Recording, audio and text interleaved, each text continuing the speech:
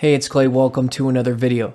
This is my Princeton build. I built it actually, I call it a Princeton, but it's, very loosely inspired on a Princeton reverb type circuit, but honestly, it's pretty far removed. It's basically a custom, about 15 watt push-pull 6v6 tube amp that I built several years ago. I have been using this thing hard. I've actually left it at my church where I play pretty regularly.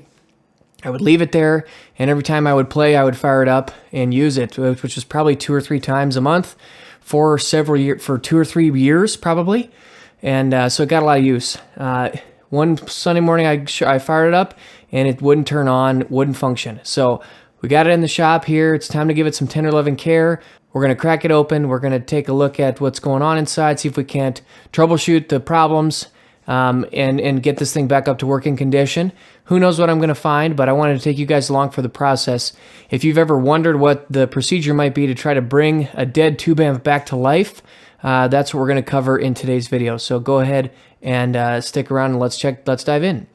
Now, before we get going, I just wanted to thank you for joining me. If you want to support the channel, encourage me making more tube amp videos like this, please check out the links down in the description below where you can support me. My question of the day is as follows. At what point do you think that this amp is no longer actually a Princeton? I call it a Princeton because it's got 2 6v6s. The output section and power supply is basically identical to a Princeton reverb.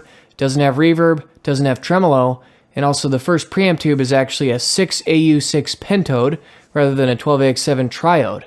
But basically everything else is from a Princeton reverb type circuit. Would you consider this a Princeton, or do you think that's too far removed because too many things have changed? Let me know your thoughts down in the comment section below. Okay, first things first is to actually plug the amp in and test it for yourself. Sometimes people have problems with gear, and then they bring it to you, and it stops having problems, and it's just hard to isolate and troubleshoot what's going on. So you just got to verify that it does in fact have a problem.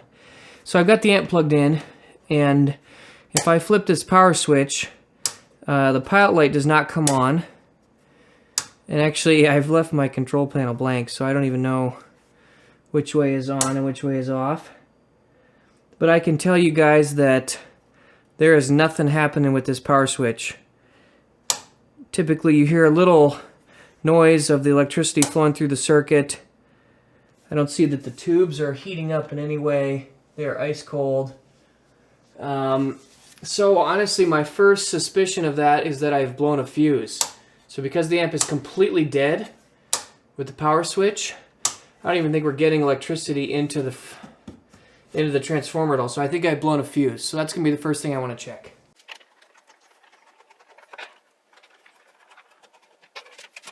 Okay, I cracked the amp open. I'm not sure if you're going to be able to see this or not. I don't know if this lens will focus this closely, but this fuse is broken. I can see there's a spirally line that goes around, and it is interrupted. So that is going to explain why the amp was not working.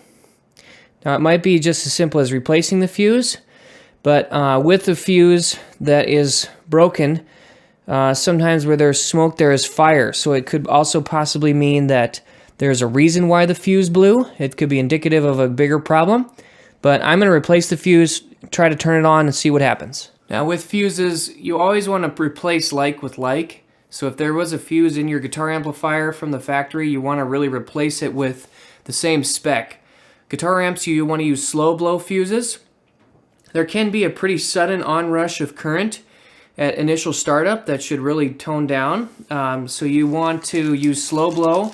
Now, I had a 3 amp fuse in this amplifier, and so I'm going to replace that. That seems kind of like a pretty big size fuse. I do have a 2.5 here. I know I just got done telling you guys to replace like with like, but I actually think 3 amps for this amplifier is probably a little too high.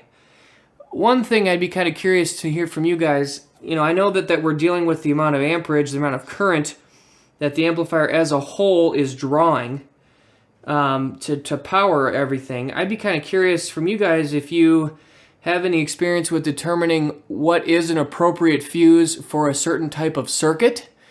I typically see somewhere in the range of like a 1 amp fuse on the low end and up to 2 or 3 amps on the higher end. And larger amps that have more valves, specifically power valves, are going to require bigger fuses. But I don't really have the equipment to test how much current my amp is drawing on the input, like a variac or something like that. So I guess I'd just be kind of curious to know from you guys. Yeah, I'm sure there are some formulas or some testing that you can use to try to figure out what is an appropriate size fuse for a certain amplifier. While I'm in here, I'm also just going to do a visual inspection. See if anything looks like it's been burnt or has been smoking or just isn't looking right. Okay, I've got the amplifier plugged in again. I'm going to flip it on. The pilot light has immediately engaged and it looks like the filaments are up and running. I'm going to observe it for a second. Whoop.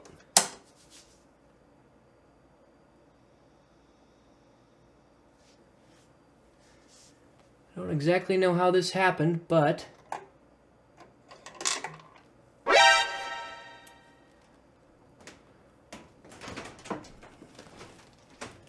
looks like there's some stuff here on the inside of my amp. What in the world?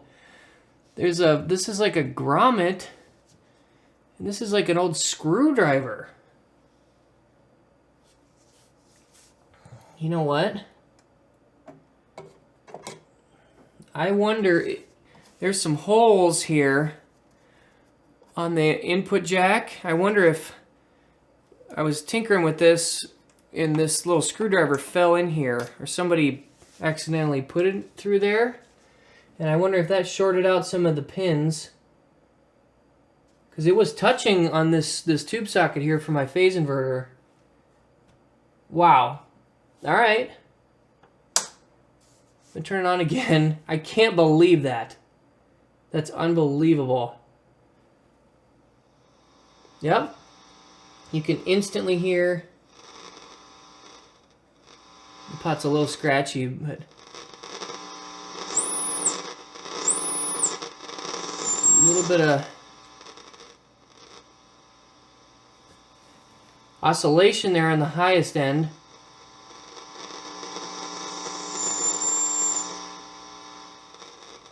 But it appears to be working just fine with that resolved. One thing I might do while I'm in here is give it a bias, just to check to make sure that the bias is correct.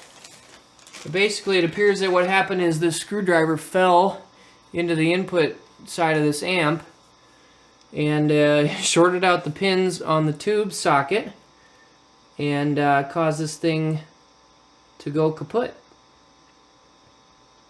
Well, that was an easy fix. Lol. I've got my multimeter up here. It's set to DC volts with the black end clipped to ground. The positive end is going to go here on the cathode. The cathode is running into a 1 ohm resistor to ground on each of the two 6v6s. So as I turn the amp on, if I place this on the cathode and read DC volts, that should give me a reading of plate current, 19 millivolts, 21.5. So I'm getting 19 millivolts, 21 millivolts. I'm going to write that down. 426 plate volts.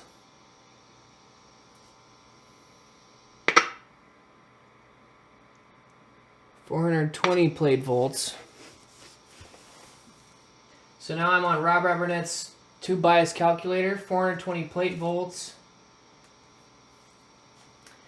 means my 60% average is 20. So I'm actually spot on where I want to be. So actually my bias is good. I'm not going to change anything. The amp should be perfectly acceptable to keep up and running. The last comment I want to make is I did do a little bit of testing and checking with that. As I turned the volume up to about 8 or 9, the amp did get a little bit squealy on me. I have determined, just from trial and error and some testing, I did a little chopsticking and I even tried a couple different tubes. I think it's this V1 tube here, this 6AU6 pentode. This is a vintage pentode that came from a Hammond organ amplifier. I just think it's maybe slightly microphonic.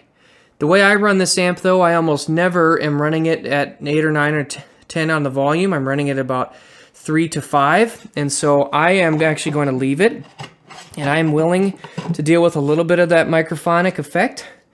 And actually, I mean, you don't want the amp to be non-functional, but a little tiny touch of microphonics is not actually the end of the world.